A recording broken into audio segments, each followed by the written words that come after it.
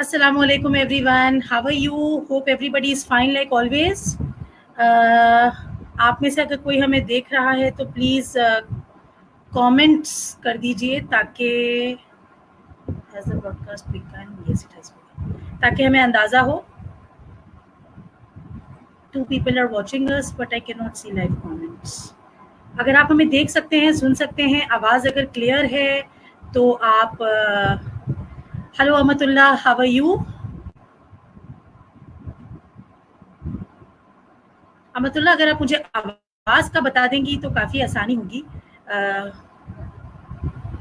क्या आवाज़ क्लियर है? Am I audible? Am I visible? Everything is fine. Kindly continue. Thank you. Assalamu alaikum everyone. How are you? Hope you're all fine. आज हम फिर हाजिर हैं एक इंस्पिरेशनल पर्सनालिटी के साथ जिसको आप में से कई सारे लोग जानते हैं और अल्हम्दुलिल्लाह जब से हमने ये पोस्ट लगाई है तब people are commenting, people are asking कि कब है सेशन, पोस्ट शेयर कर लीजिए पर्सनल पे, मुझे टैग कर दीजिएगा, भूलिएगा मत. तो हमारे साथ मौजूद है मरियम सादरीवाला. मरियम बिन सादरीवाला एक इंग्लिश लैंग्वेज टीचर हैं और राइटर हैं. आप डॉन अखबार में और इसके अलावा कई सारे पब्लिकेशंस में लिखती रही हैं. उसके अलावा आपका ताल्लुक एमएसबी एजुकेशनल इंस्टीट्यूट के साथ भी रहा है. आप में से बहुत सारे लोग जो हमारे पेज पर हैं जिन्होंने फ्लायर देखकर कहा था कि मरियम बिन हमारी टीचर रह चुकी हैं, तो हम उनको बताते चले कि मरियम बिन अब बदरी स्कूल के पास है और हमारी हेड ऑफ सेक्शन है. So we are privileged enough to have her today with us. और मैं लेकर आती हूँ आप सबके सामने मरियम बिन को. लेकिन मैं आपको ये बताती चलूँ कि आज का जो हमारा टॉपिक है that is communication skills in the youth. और मरियम बिन से बेहतर इस टॉपिक पर बात करने के लिए यकीन जाने दुनिया का कोई शख्स नहीं हो सकता. सो better get up your questions because Mariam Bain is here. Assalamu alaikum Mariam Bain, how are you? Walaikum assalam. How are you, Zainab? It's a pleasure to be here. I am good. It's a pleasure to have you here, in fact, Mariam Bain. And let me show you some comments. People are commenting. Can't see your screen, Amatullah. Green screen. My God, I'm wearing a green rida. It's not a green screen. चले कोई बात नहीं, आप मरियम को देख सकते हैं, वो ज़्यादा सही है. मुझे देखे ना देखे, मैं तो आती रहती हूँ पेज पे, तो कोई ऐसा इशू नहीं है. ठीक है, चलिए जी, तो बिगिन करते हैं. Thank you so much Maryam Bin, आपने अपने इतने बिजी शेड्यूल में से हमारे लिए कुछ वक्त निकाला, इन लोगों के लिए कुछ वक्त निकाला जो आपसे मिलने के लिए बहुत बेताब हो रहे थे. Okay Maryam Bin, you are welcome. Maryam Bin, मैंने तो जो मुझसे हो सका मैंने आपको इंट्रोड्यूस किया, लेकिन मुझसे कहीं ना कहीं कुछ ना कुछ कमी रही गई होगी. माशाल्लाह आप अपने आप में एक इंस्टीट्यूशन है. Would you please like to introduce yourself Maryam bin, your academic journey, your school life, your college life, your graduation, and after that? I think Zainab, you gave me a hyperbolic introduction. Thank you so much. But just to brief you on my academic journey, I've done my schooling from the Mama Parsi Girls Secondary School, and then I went on to do my pre-engineering from St. Joseph's College for Women, and then I joined Karachi University for my degree in mass communication. So that's just it in a nutshell. Okay, that's amazing. Maryam bin, I just wanted to know this. हमेशा से ये सवाल था, सोचा था आपसे पूछूंगी और आज मौका मिल रहा है आपसे स्क्रीन पर पूछने का. Did you always want to be a writer? मतलब बचपन से, you know, when we are kids, we wanted to become engineers and doctors, and God knows what fancy professions are not there. So, what did you always want to become? I think that it's so natural when you're a child and you're a teenager to become everything that you're inspired by. So I think that everyone starts off by wanting to become a teacher because you admire your teachers so much when you're little, you know. And then it keeps changing. Then you want to become a doctor, then maybe an artist, But I'll be honest with you, I never thought I would be a writer. Because reading and writing was something that was so inherently a part of my life that I never really considered that there could be scope in it as a profession. And in fact, I when I was after I did my inter, मुझे जब मालूम हुआ कि mass communication लाहे आमा का एक department है कराची यूनिवर्सिटी में, I was very pleasantly surprised. And I realized that I could actually make something that I love doing a profession and, you know, get a degree in it. Amazing. That's amazing. Even when I was a child, I never knew that. I thought that writers are people who are from some other planet, and they don't wear clothes like us, or they don't eat like us, because writers.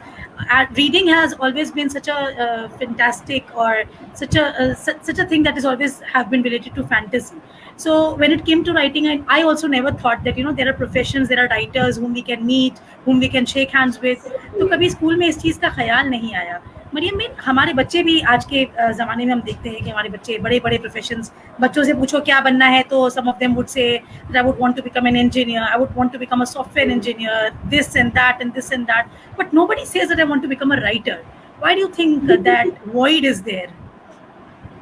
That's an interesting question. I think number one, now kids today realize that the scope is amazing out there, and that everything that you're good at, there is a profession, there's a career and occupation in that. So that exposure is a wonderful, wonderful thing. But you're right. Very few people actually believe that, I want to be a writer when I grow up. And I think one of the reasons could be that writing is not quite a lucrative profession. I'll be honest with you. It's something that you can only do if you're extremely passionate about. And a lot of students have come to me and said that, shall I become this or a writer? And I always tell them that it's not necessary to have a degree in writing. You just need to read a lot and then write. You could be a doctor and you could be a great writer. We have so many such examples. So the beauty of writing is that anybody can do it. It just needs to come from the heart. I remember when I was in grade 3, once my Urdu teacher told me, we were discussing about shairi, and that day I was introduced to the word sher, and we were talking about Mirza Asadullah Khan Ghalib. Mirza Asadullah Khan Ghalib was a very big concept, when a child is in grade 3. So she told me that Mirza Asadullah Ghalib जो है आपकी जो मौत हुई थी वो गुर्बत की वजह से हुई थी. So Mariam, how much will you agree with this? क्या writers गरीब होते हैं? क्या है ये concept? Not anymore, I think. I think there are lots of stories of writers who have become known after their demise, unfortunately, and we pay respect to them after they are no longer there to reap the fruits of all their efforts. But that's again the beauty of writing. But right now we have wonderful examples of people like J.K. Rowling and so many other great writers who are contemporary writers, but their writings are considered to be literature. So I think those days are quite gone. Those days are gone. Thank God those days are gone. मतलब एक और सवाल है जो मेरे जहन में रहता है अक्सर बेशतर. मतलब मैं देखती हूँ कि हमारे जो बच्चे ग्रेजुएट होते हैं, यूनिवर्सिटी से निकलते हैं, पास आउट करते हैं, कोई डॉक्टर बनता है, कोई इंजीनियर बनता है. कई इतने सालों में ये जो 5-6 साल रहे हैं, गुजरे हैं, उसमें हमने कई सालों को डॉक्टर बनते देखा है, हमने कई सालों को इंजीनियर बनते देखा है, लेकिन हमारे पास कंटेम्प्रेरी राइटर्स, नॉवलिस्ट्स बहुत कम हैं. और अगर हैं भी तो हमें फेसबुक से पता चलता है, जब वो बेचारा नॉवलिस्ट खुद अपनी नॉवल लगा के बोलता है कि प्लीज़ खरीद लो अमेजोन से या पढ़ लो. तो क्यों ये हमारे यहाँ ये कल्चर, ये जो रीडिंग कल्चर है, why do you think it is going dormant, extinct हो रहा है, ऐसा क्यों हो रहा है? Why do you think so? I think that today a lot of people, young people, are writing because of the media that's there. The blogosphere has given writers a great opportunity to express themselves. I personally know so many young students who have their blogs, who are avid writers, readers, they express themselves. So I feel that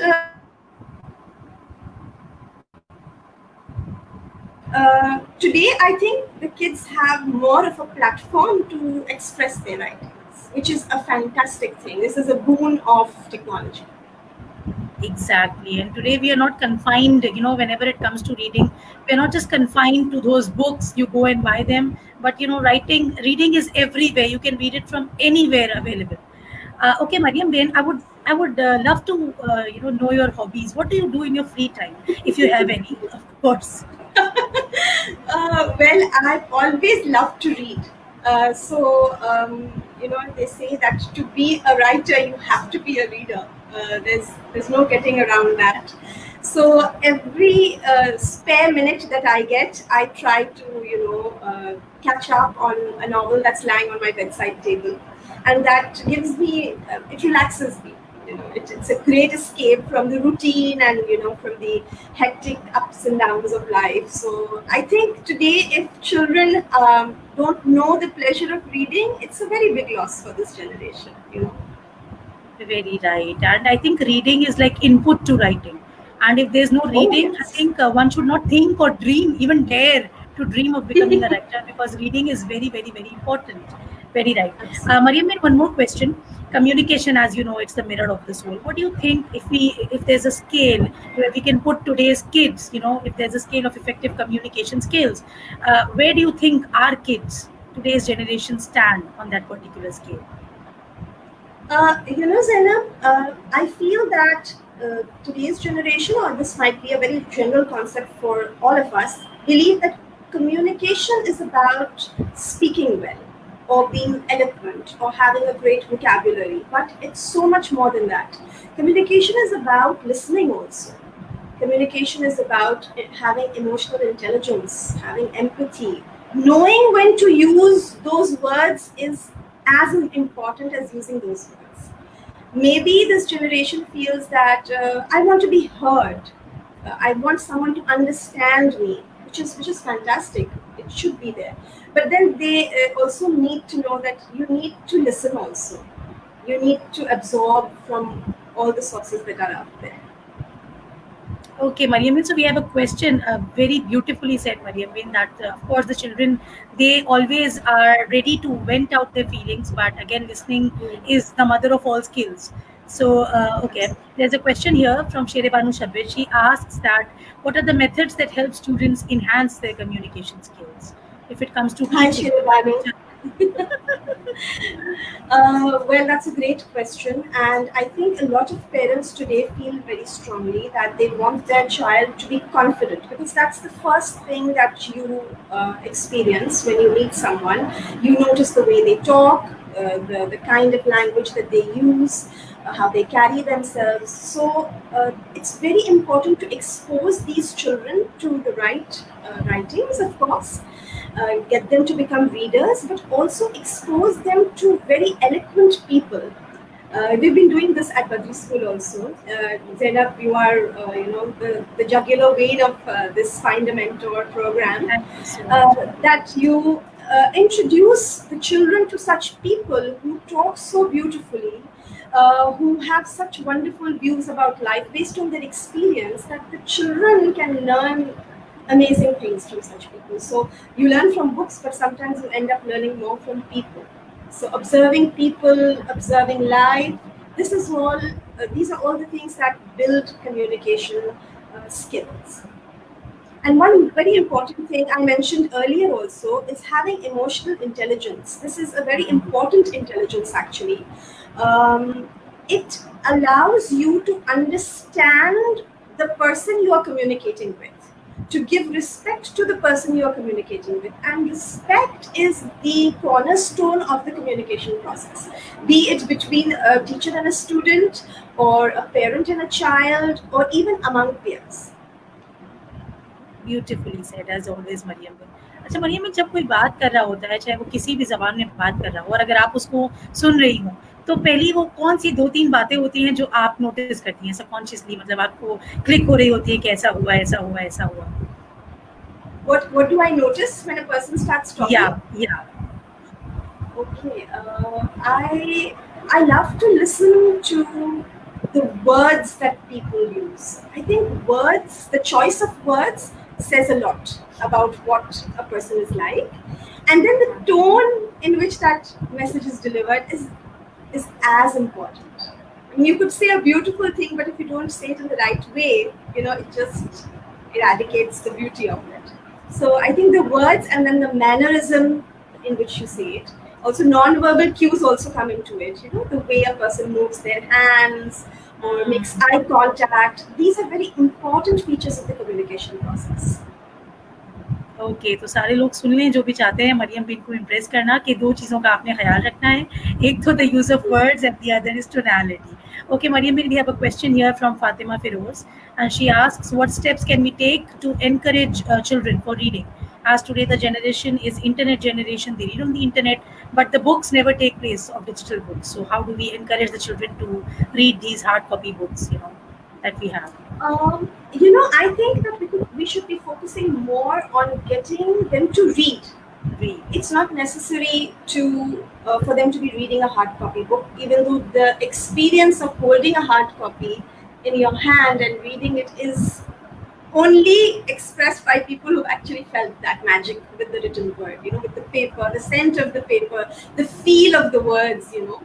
But today, like my sister's daughter, she is 10 years old and she reads extensively on Kindle, which I think is fantastic. She's not spending all that time watching videos or playing games online. She's using the Kindle for to tap into a wonderful resource of books. So I think the key to get children to read is to find something they're interested in. I always tell this, especially parents come to me and say, the parents of boys, teenagers, that he doesn't read. How do I get him to read? So I always tell them, what is he interested in? If it's football, if it's cricket, get them to read articles about that, because we have online newspapers now. This is the best time to read. With, like you always said it right now, that we have so many things online now. We don't need to be dependent on an expensive hard copy. So very right. So why not use the technology? And again, it is made to make men's life easy. So why not use that? Okay, Mariam Bin, you talked about tonality. You talked about choice of words. How important do you think body language is when one person is communicating to the other person? How important, or if you could allot a percentage to it, how many percent do you think body language is important in a person's conversation or communication? Statistics is not my subject, not very good at numbers, but body language has a very important role to play.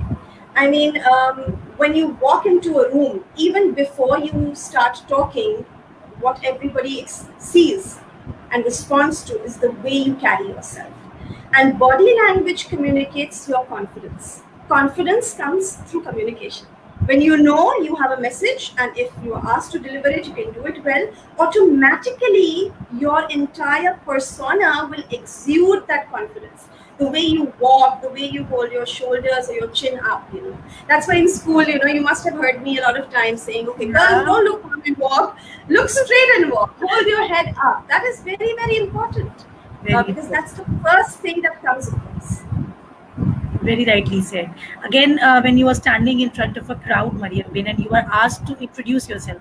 For example, when students come out of school, they go to college, and the college, if the college is a private college, is a government college, public college, they do not get such opportunities of introducing and talking and coming on the mic. Every child does not get that opportunity. But when they move to university, then complete change comes. The professor on the very first day asks you to stand on the dais and introduce yourself. So how do you think, what tips would you give to those children, eager children, who would want to improve on that one time when they can create an impression on those 50 students sitting in front of them? Such opportunities in school are so important, because they prepare you for exactly this, university and real life. So I think that children should never lose an opportunity to participate in programs that allow them to express themselves, be it elocutions or declamation contests, even essay or poetry writing, because at the end of the day, they are expressing themselves, right? But let me tell you a secret. The mirror is your best friend, and it never lies. So I've done this so many times. My father used to tell me, whenever I had an elocution, I would stand, and he would tell me, stand in front of the mirror and rehearse this 10 times. So the mirror actually tells you how you look, how you're standing. Then if you record yourself, you can hear yourself. So you don't need to go very far. And today, again, there are so many great talks online that tell you how to introduce yourself. The only thing you need is that mindset, that growth mindset, to be able to learn from every experience, every person, because the world is your classroom, The world is your classroom. Beautifully said, Mariam Bin. Mariam Bin, I just wanted to ask this personally to you so many times, but now I'm getting this opportunity, asking this in front of everybody else so that they can also learn. Being a teacher, I would want to ask you, your secrets. How do you keep your class, all engaged? And I whenever I pass by your class, I see the students, they are on the edge of their seats, their elbows here, and they're listening to you like anything. How do you do that? What's the secret? It's Allah's karam and Maula's dua, definitely. But Okay. one thing that I feel that what I want to do when I go into the class, I don't know if I'm able to do that every time, is give my 100%. And for that half an hour, those children are my children. And I want to give them everything that I have. I want to make those 30 minutes, an enlivening experience for them. And I think that when you teach with that drive, it touches the hearts of the students. I've really seen that. I've seen that in your classrooms as well. So that is the magic experience. That the magic ingredient is the love and the passion that you have. Shere Banu has a question for you, Mariam. Actually, she has spoken my heart out. How can you communicate nicely while you are frustrated or exhausted? How do you stay so calm, Mariam? Do give us your secrets. Oh dear God. Thank you, Sherif Banu.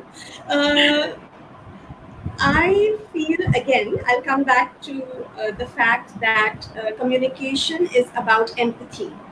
And when you understand the position of the person and you feel the emotions of the person who's communicating with you, it puts things in perspective and it gives you lesser chances of, blowing your top. So I think it's that communication is never a one-way road. It's not a one-way street. It's always two ways. You have to wait for the feedback to come and then make your response accordingly. So the pauses are very important, Shere Banu. The pauses in the middle are very important. We have learned this from you, Mariam. There is this Zarna Khan, and she is writing that, and the love which she showers on students. So I think she knows you maybe.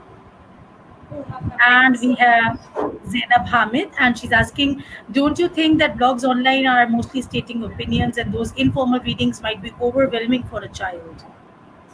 Actually, that's a very, very right observation, Zainab, that there's a lot online. And you need to be very selective about what you're reading and what you're exposing the children to. You're absolutely right. The blogosphere gives an opportunity to a lot of writers to state their opinions, and everybody has a right to their opinion. You might not necessarily agree. We as adults know how to filter that content, but yes, in case of children, we need to be very, very cautious about the kind of reading that they do online. So I think that's where the parent check and the teacher check comes into place. Very right, Mariam Bain. As the blogosphere provides us with lot of content. I remember that particular share when I was in metric. Dile nada tujhe hua kya hai? We only had one perspective at that time, at that age, when we were reading that share. But as of course we grew up, we come to know that share is so open. It's like so vast. You can connect it to anything in the world. But again, at that age, you just have that one perspective. Okay, so we have Umar Iftikhar with us. Assalamu alaikum, Umar. How are you? How can we minimize confusion in communication, especially when there is verbal communication and people tend to say what they do not mean? Okay. Hi, Umar. How are you? It's good to see you again. Yes, this is. I feel it's a malady of the times and a very, very dismal part of our society that sometimes we get so overwrought by emotion, and we are an emotional people, so we end up saying things that we shouldn't say. So number one, like I said, the worth of silence is as much as the worth of words. So you must know when to not say something, and you must choose your words so wisely and so cautiously, because words are so powerful. They become reality, when you say them out loud, and they can change people's lives. They can inspire, they can humiliate, they can be a prayer for someone, and they can be a curse for the other. So I think that communication skills is not a soft skill. I disagree when we call communication skills a soft skill. It's a life skill. It's a skill that a child needs right from his, elementary years, and it plays such an important part in your personal and professional life as you grow older. it should be part and parcel of the education process, and that's how we can minimize, these errors that people make today. And as we are living in this world of emojis, I have seen Mariam Bin sometimes, if you write a message to somebody, and if that person is really busy, what does the person do? That person just types a K dot. You feel, oh my God, so rude. That person could have written okay dear or something like that. So again, stating it properly is an art, and again, it's not a soft skill, right? He said. Assalamu alaikum, Zainab and Mariam. Walaikum assalam. Absolutely, words are vital. Thank you for an insightful answer. Yes, it's a life skill. And here we have another comment from Zainab Ali. Language, English is also a barrier sometimes in communication, especially in our country for the one who does not know English. But yes, for people who do not know English, it becomes a barrier. Mariam, so when it comes to university level, then it is thought. This is a thought that if you can speak good English, eloquent English, then only you deserve the stage, or then only you deserve to be there. And somewhere Urdu is left behind in all this fight. So, what do you have to say on this? I have have the good fortune of listening to fantastic Urdu orators, and Urdu is such a powerful language, such a potent language. It comes the words, each word comes alive. But you are right, because English is an internationally accepted language, because it's a language of communication, of instruction, of education. So there is sort of an equation that in society we equate good English skills to having a good education.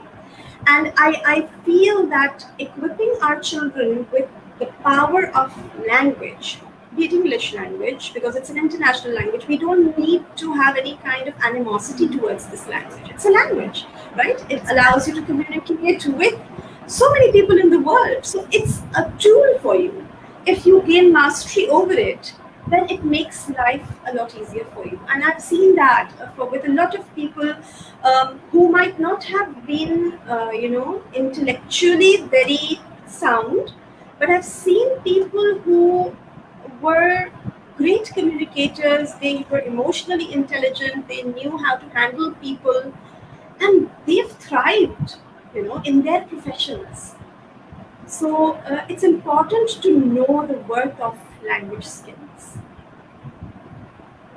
Well said, Mariam Bain. Okay, Mariam Bain, today I was reading this book, Mustansir Hussain Tarar's Safarnama, and in that Safarnama, he has talked about Hispania, Spain, and he has talked about, especially, this bullfight. And in that particular passage, the crux of that passage is that an experienced, individual, whether it's a bull, is very dangerous. So what happens that when the bullfight begins, in every bullfight, in each bullfight which takes place on a Sunday in Spain, a bull is killed. Even when the bull survives and the fighter dies, the bull is killed because the bull becomes experienced, and you cannot put an experienced bull into the ring. Otherwise, the fighter is surely going to die. So again, when you gain experience, you become dangerous in the sense that you know each and every nook and corner. So Mariam Bain, to all those aspiring teachers out there, what what are your experiences as an English language teacher? How do you try to bring yourself down to the level of those students who are actually struggling with English? What are those two? I would say, just let us bring it down to two. What are those two secret tips which any teacher can make do with?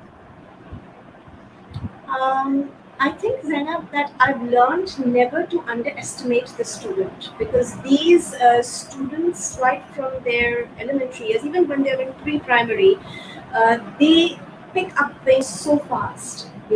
So when you tell yourself that I don't think this class can understand this passage, I think that's a misconception. I have always been stunned by the response of a class when I've given them something that maybe I would have considered they might not understand, but they've taken to it like, a fish takes to water.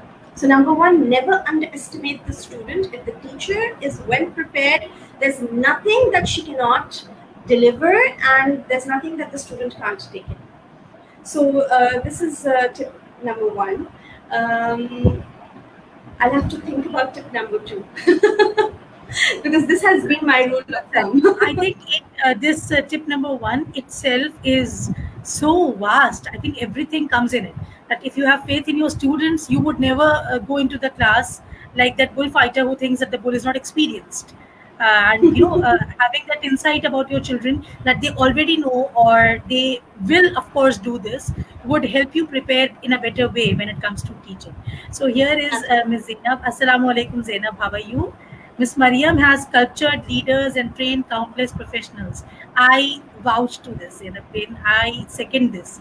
I tell you, everyone, that I remember Mariam Bain when I came to you. I think you were new in those days, and I read your blog. You must have posted it on your status.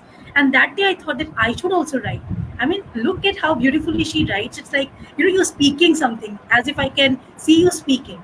It was not reading. I did not have to, do any sort of effort. It was flawless and it was flowing like water.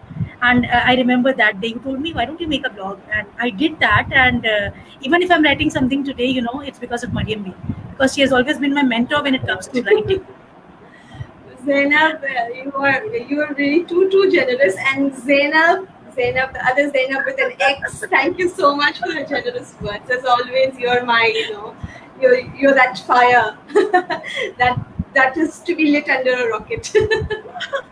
Oh my God, that's love. I guess students and more of us think in Urdu, even if you're writing in English. I believe our thoughts must be in Urdu. One must not consider English as a status symbol. Mariam rightfully said English language is a tool, but Urdu must be read by students. Yes, of course, nobody would, disagree to this point. It is so important. Very true. And I think the beauty of every language is, never to be underestimated. Whether it's Urdu, whether it's Arabic, whether it's English, there's so many languages out there that have a beautiful collection, a treasure trove of literature. So to be able to know more than one language is a very big privilege for all of us.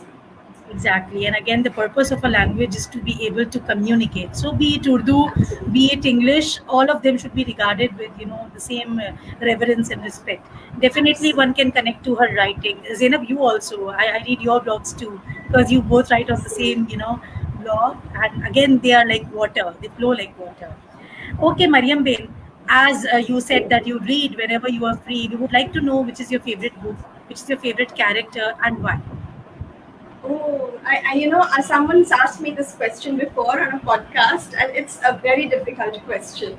But I've gone on record and said that Tuesdays with Maury is one of my favorite books by Mitch Albom. It truly is a wonderful book, but a truly inspiring book with a memorable character is Jane Eyre by Charlotte Bronte. I remember I got Jane Eyre in grade 7, if I'm not mistaken, as a gift from school. In our school, we used to have, gifts, books as gifts. So that book that one was awarded with at the end of the term was such a precious thing. So I got Jane Eyre when I was in class 7. I had won an elocution, and that also, again, my father used to be so passionate about me participating in poetry elocutions. I think I read Jane Eyre 10 times. Easily. I still have it in my shelf, and it's yellowed with age. And Jane was a character perhaps before her times, a woman, independent, sensible. Yes, Jane is a memorable character for me. Again, a book yellowing with time, is the most precious thing one can have. And you have so many memories associated to that book. And again, I think everybody who reads in the bookshelf, there is that one book which you revert back to, every now and then, and you start reading it even without intending to do so. Arwa Bain is here, Mariam Bain. She's so soft spoken. Again, yes, we agree. That even when she's angry, it doesn't look like that. Again, I would second that. Of course. Arwa Bain, hello, how are you? Thank you so much for your very, very kind words. I am loving this session. MashaAllah, what an amazing person. Mariam, Zainab is an inspiration. Oh, Umar, leave it. Mariam is an inspiration. That's right. Both of you are super because you are teachers and pure souls. Umar, you also are a humbled individual, I must say that. Okay, it's a privilege to see, hear, and learn from Mariam Bain every day. Mariam, you have a fan club. I can see that. My God. How do you handle someone that you feel Just the is not good at? generosity of all these students who love me so much. I'm so humbled. Exactly. Now, We are all this is a privileged to have you very around us. tricky situation. Thank you. Sheribanu's question is a very, very important question. Like I said, communication is not a one-way road. So it's not just about waiting for the feedback, it's about realizing that there are two people or more than two in the process. So if the respect is only one way, it could be in case of a teacher and a student also, then the um, effectiveness of the communication process goes down 50%. That is why I repeat that communication needs to be taught as a life skill to everyone, irrespective of age or gender. So it's difficult to communicate with a person who you feel is not communicating, at the same level with you. But I think that communication is an ongoing process. There's no specific age to learn it, so we're all evolving as communicators. Hello, Miss. I am your student, Batul Saifuddin Luna Vadawala. Batul. Okay, this is Batul from class 9, I guess. Hello, Batul. How are you? Hi, Batul. Ammar Yes. Dispenser is here, Mariam Bin. She's the Hi, best teacher. Aman. Another very gifted Yeah. student. Okay, and here is Tahira Tahir. She is the best teacher. Mariam Bin, mashallah, mashallah. I still remember Mariam Bin reading Faiz on her walking on a picnic. I would want to hear that, Mariam Bin, someday. Mashallah, beautiful. Oh dear. Okay, Mariam Bin. Rashida has a fantastic memory. God, we would want to hear that, Rashida Bin, someday. If you can enact that for us. Walkman. Beautiful. Acha, Mariam Bin, whenever I am reading, I feel that whenever I read a book, I see a character in which I can see myself. Or even when I am reading that book, when I'm in the duration of reading that book, in my everyday life, I feel that I'm that character. Does that happen with you, or am I the abnormal one? No. That's so true, Zainab. I completely agree with you. When you read, those characters are part of your journey for those, 20 days or 15 days that it takes you to complete that book. That's the beauty of literature, that you get to live so many lives at one time.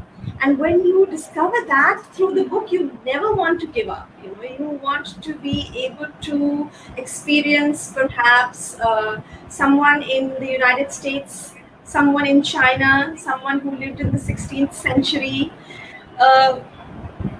It's a magical experience. So we are lucky to have a blessing called imagination.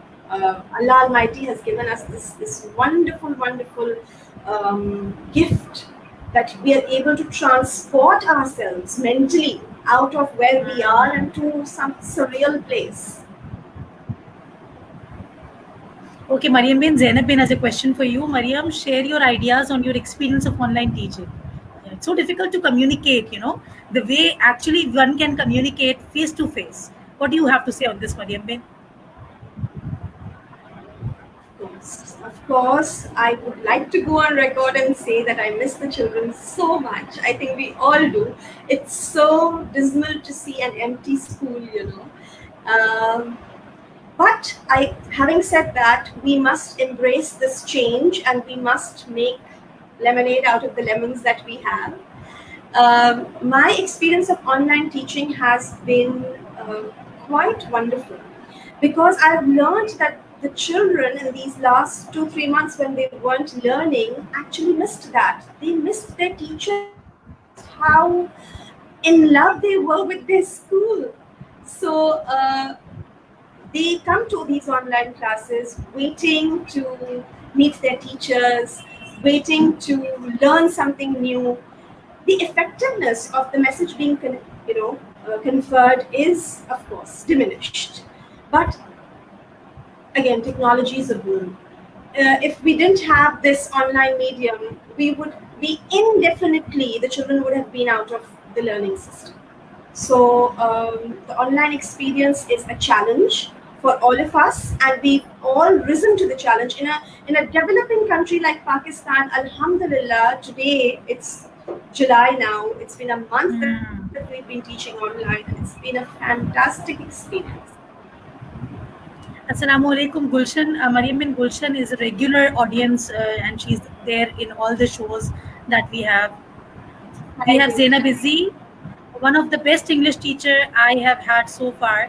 Even after graduating and leaving MSB, I wait eagerly for such sessions with Mariam Bain. It's like you are sure you will learn something new always. Very right, Zainab. We second you. And then we have such a wonderful session. It's great to see such experienced teachers. Well said, Mariam, to make lemonade out of lemons. Thank you for sharing your ideas. Do you have any children who do not have online resources? How do you teach them, Mariam? Yes. This is a very big challenge again for us. At Badri School, we are actively identifying children who have a gadget problem.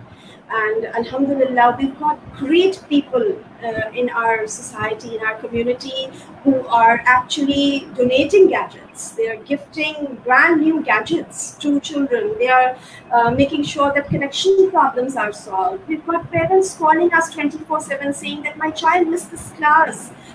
How do I get a recording of this? So everybody's just risen to this challenge. I think that where we have poverty in our country, we also have great people with great intentions. And through that support, through that network, inshallah, we want to make education accessible to all. Inshallah. I'm your fan, Mariam Bain, my inspiration, my motivation, and I hope this comment would be from all of your students of Al Jamiatul Safia. Your class, Daraja Tasea. Oh my God. Wow. And then we have... Thank you so much.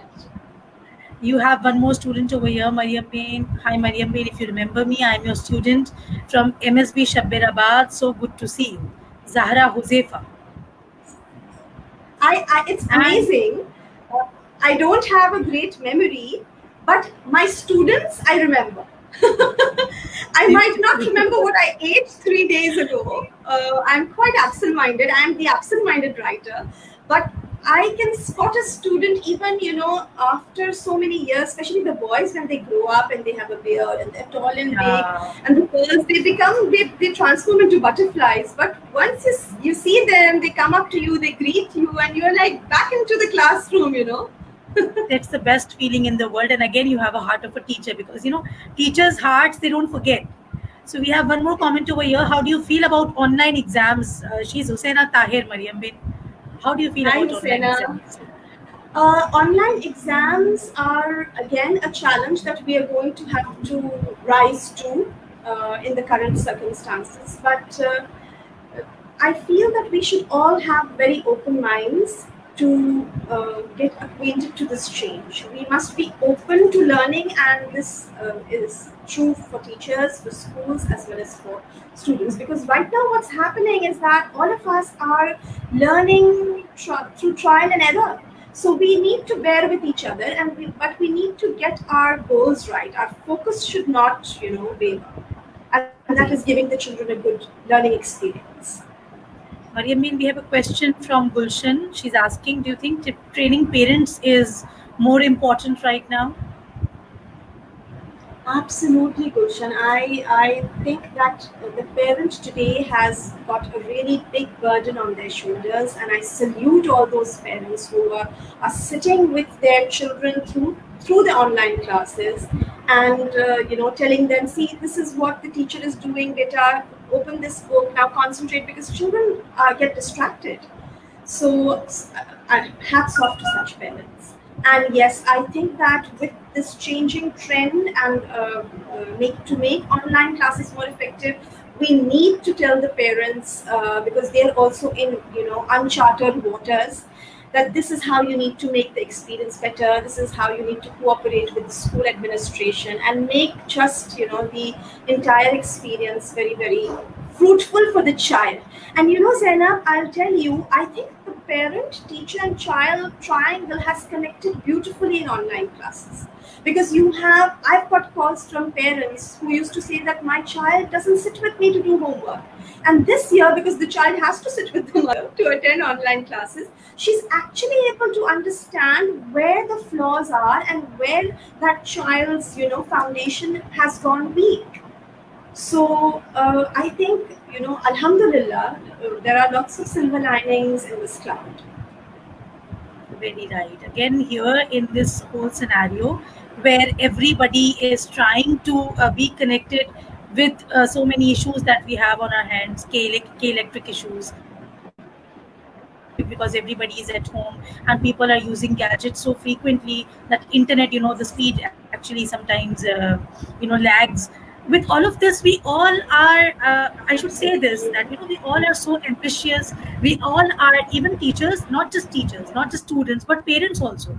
Because in spite of the fact that parents have so much to do at home because of the fathers at home and, the children also at home all the times, the parents are giving their 100% and in some cases more than 100% sitting with the child, solving their problems, communicating with the teacher, solving out issues. So I feel that everybody has, those noble intentions of getting those little children who are coming to the online classes educated and aware. So I feel that again is a privilege to have in a society, in a country like Pakistan, where people never knew what is an online class. And this, I remember when I was intending to do my B.Ed, and I said that okay, let's do it from Allama Iqbal Open University.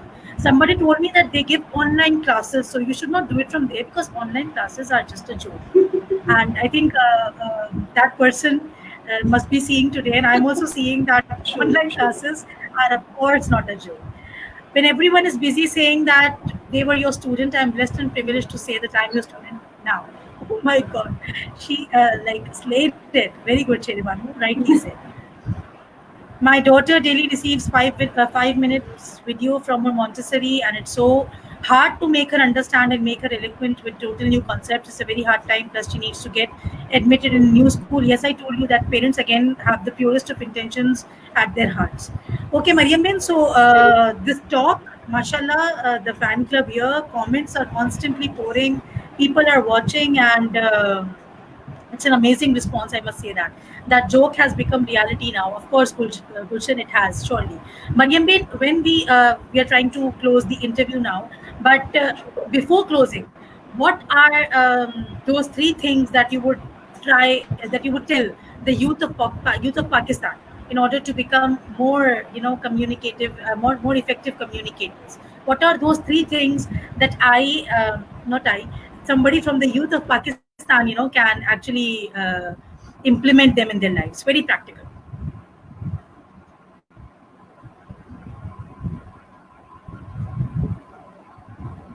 I think there are internet issues at Mariam Ben's side, but it's okay. Let's wait for her. Till then, you can pour in your questions.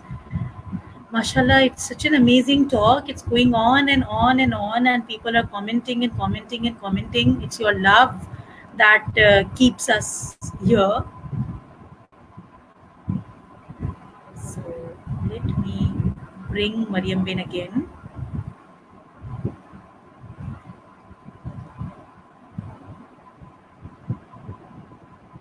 So till then, we are waiting for Mariam Ben to come back. I think there is some internet issue at her place. I'm really happy to see students, current students, also turning up to watch this session. And I remember today when I was taking my PhD class, and my students were inquiring that when will this interview of Mariam Ben take place? We would love to come and see, and we would love to hear what she has to say. So that's your love. And again, so Mariam Ben is back with us. Sorry, I've got a bad internet connection, I think. I'm understanding. sorry. Can you hear Mariam me, Ben, over to Zainab? Yes, perfectly, Ben. We can hear you.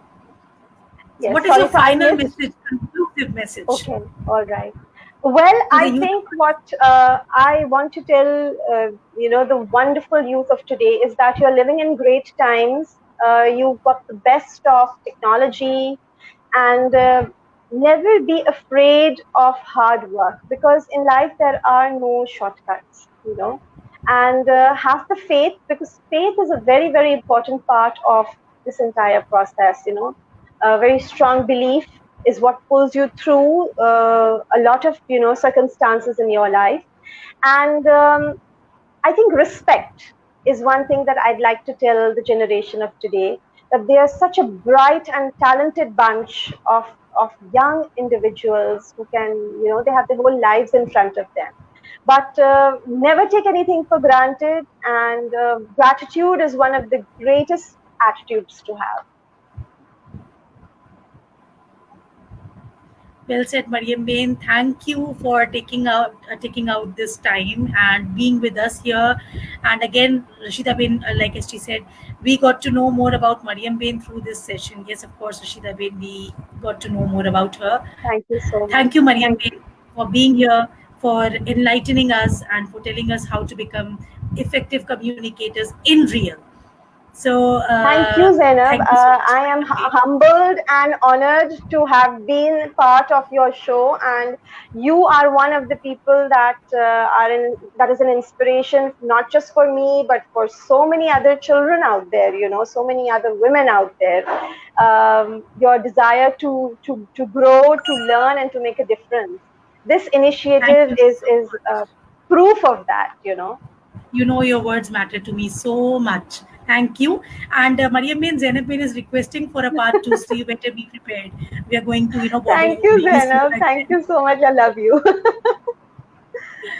So, audience, with this, we bring today's show to an end. And inshallah, on Monday, we are going to meet Donna Bryson. She is a journalist and she works in a newspaper, that's the New York Times. She lives in Denver, USA, and we will be talking about journalism and writing again.